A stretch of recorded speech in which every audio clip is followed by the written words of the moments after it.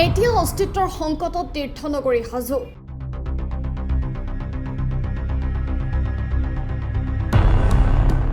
Grazing ৰিজাৰ্ভৰ পিছত এইবাৰ মিয়াই দখল কৰিলে চৰাবৰীৰ ঐতিহ্যমণ্ডিত কালী মন্দিৰৰ 25 বিঘা ভূমি।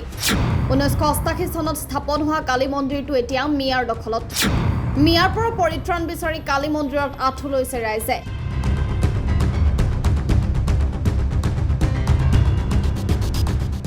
চৰাবৰীৰ ভূমি দখলমুক্ত কৰিবলৈ মুখ্যমন্ত্ৰীক আহ্বান স্থানীয় খিলঞ্জীয়া লোকৰ।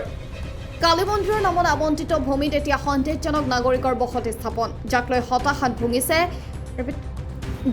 হতাশাত ভুগিছে মন্দিৰ পৰিচালনা সমিতিয়ে।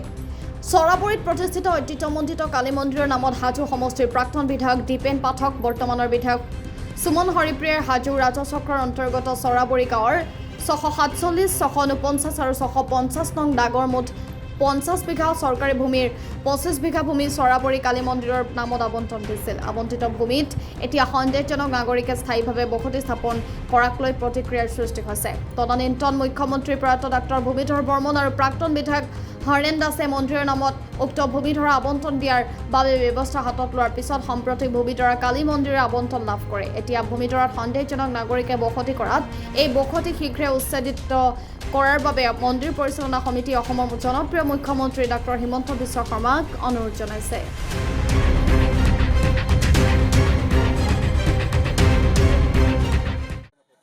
কথানন্দৰ কিংবা আপোনালোকৰ চেনেলেদি অসম চৰকাৰক মই জনাব বিচাৰিছোঁ যে 2015 চনৰ প্ৰাক্তন বিধায়ক দীপেন পাঠক আৰু বৰ্তমানৰ বিধায়ক সুমন বাইদেৱে 10 বিঘা মাটি, টোটেল 25 বিঘা মাটি তাৰমানে বেচৰকাৰী মাটি আমাৰ মন্দিৰৰ নামত এলটমেণ্ট দিছে। চৰাবৰী কালী মন্দিৰৰ নামত এলটমেণ্ট দিছে। গতিকে এলটমেণ্ট আজি 2015 পৰা আমি খুঁটি বাতি এই GC অফিচৰ কাছাৰী DC অফিচ যাই বাদ কৰি আজিলৈ আমি 15 বিঘা 25 বিঘা মাটিটো এলটমেণ্ট পোৱা নাই। তেতিয়া আপোনালোকৰ চেনেলে যে অসম চৰকাৰক জনাব বিচাৰিছে যে জনপ্ৰিয় মুখ্যমন্ত্ৰী ডক্টৰ হিমন্ত বিশ্ব ছাৰক অতি সোনকালে মিয়াৰ দখলৰ পৰা আমাৰ কালী মন্দিৰৰ মাটিটো উদ্ধাৰ কৰি দিয়ে যেন এই আমাৰ চৰকাৰৰ ওচৰত মই অনুৰোধ। বৰ্তমান তেখেতসকলে প্ৰায় 50 বিঘা আছে, 50 বিঘা দাগ দুটা এনেকৈ দাগত আমাক দিছে 647, 649, 650 বিঘা মাটিত আমাক 25 বিঘা মাটি এলটমেণ্ট দিছে। আৰু তেখেতে 50 বিঘাই দখল কৰি আছে। তেতিয়া 25 বিঘা আমাক অসম চৰকাৰে এলটমেণ্ট দিছে, কিন্তু আমি চৰাবৰী কালী মন্দিৰ আজিলৈ দখল কৰিব পৰা নাই।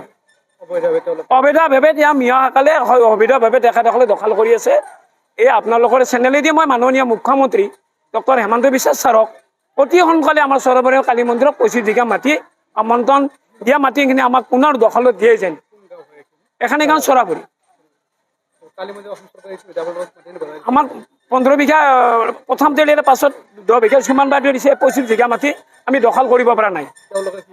তেখেতে য'ত যাওঁ আমাৰ তেখেতসকলে মানে প্ৰাণে মাৰে ভাবুকি দিয়ে।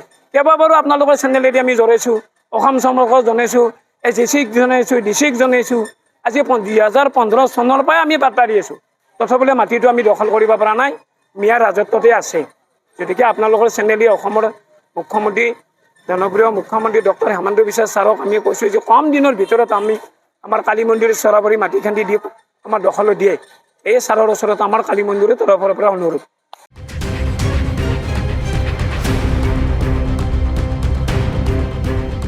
News desk, times media 24।